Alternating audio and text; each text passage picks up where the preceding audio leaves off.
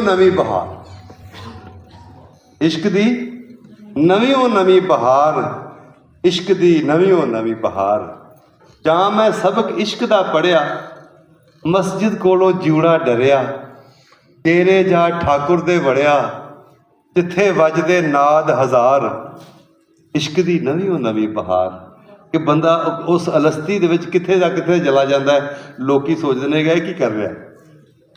ਤੇ ਜਾਂ ਮੈਂ ਰਮਜ਼ ਇਸ਼ਕ ਦੀ ਪਾਈ, ਤੋਤਾ ਮੈਨਾ ਮਾਰ ਗਵਾਈ, ਅੰਦਰ ਬਾਹਰ ਹੋਈ ਸਫਾਈ, ਜਿਤ ਵੱਲ ਵੇਖਾਂ ਯਾਰੋ ਯਾਰ। ਇਸ਼ਕ ਦੀ ਨਵੀਂ ਬਹਾਰ, ਇਸ਼ਕ ਦੀ ਨਵੀਂ ਬਹਾਰ। ਹੀਰ ਰਾਂਝੇ ਦੇ ਹੋ ਗਏ ਮੇਲੇ।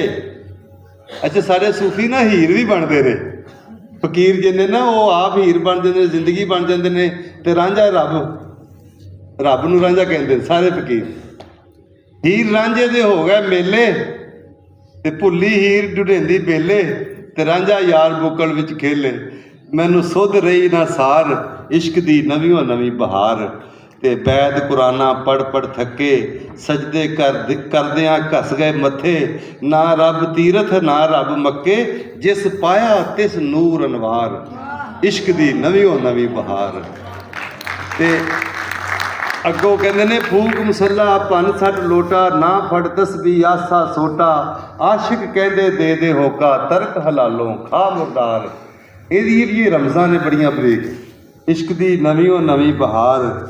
ਤੇ ਆਖਰੀ ਦੋ ਲਾਈਨਾਂ ਕਿ ਉਮਰ ਗਵਾਈ ਵਿੱਚ ਮਸੀਤੀ, ਉਮਰ ਗਵਾਈ ਵਿੱਚ ਮਸੀਤੀ, ਕਦੇ ਨਮਾਜ਼ ਤੌਹੀਦ ਨਾ ਨੀਤੀ।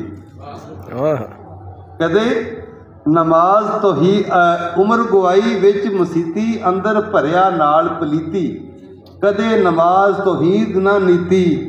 ਤੇ ਹੁਣ ਕੀ ਕਰਨਾ ਹੈ ਸ਼ੋਰ ਪੁਕਾਰ। ਇਸ਼ਕ ਦੀ ਨਵੀਂ ਬਹਾਰ। ਤੇ ਆਖਰ ਆਇਆ ਸਜਦਾ ਤੇਰਾ। ਹੁਣ ਕਿਉਂ ਅਸਲ ਉਹ ਤੇਰ ਮੇਰ ਦੀ ਰਹਿੰਦੀ ਨਹੀਂ ਇਸ਼ਕ ਵਿੱਚ, ਇਸ਼ਕ ਭੁਲਾਇਆ ਸਜਦਾ ਤੇਰਾ। ਹੁਣ ਕਿਉਂ ਐਵੇਂ ਪਾਵੇਂ ਝੇੜਾ, ਬੁੱਲਾ ਹੁੰਦਾ ਚੁੱਪ ਬਥੇਰਾ, ਇਸ਼ਕ ਕਰਿੰਦਾ ਮਾਰੋ ਮਾਰ।